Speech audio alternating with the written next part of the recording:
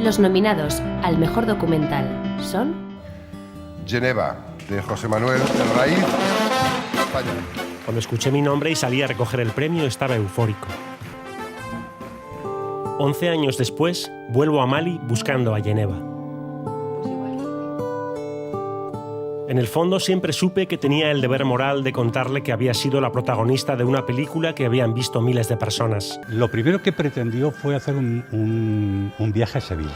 Hacer el Camino de Santiago, 1050 kilómetros. Hizo el recorrido de Reggio Emilia hasta Bolonia. Cuando fue al 1, 2, 3, que fue por medio de Tamariz. Solo había una cadena de televisión, era el programa que lo veía todo el mundo.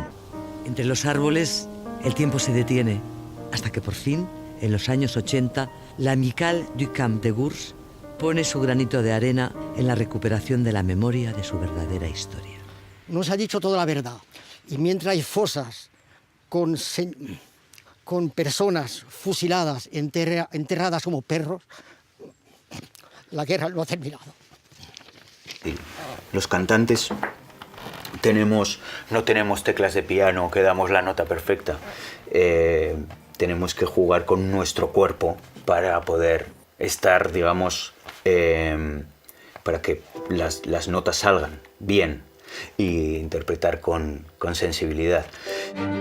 Perfeccionismo, paciencia y trabajo. Biblia. Escuela. Educación. Español. Diccionario del uso del español. Diccionario. Será un diccionario único en el mundo.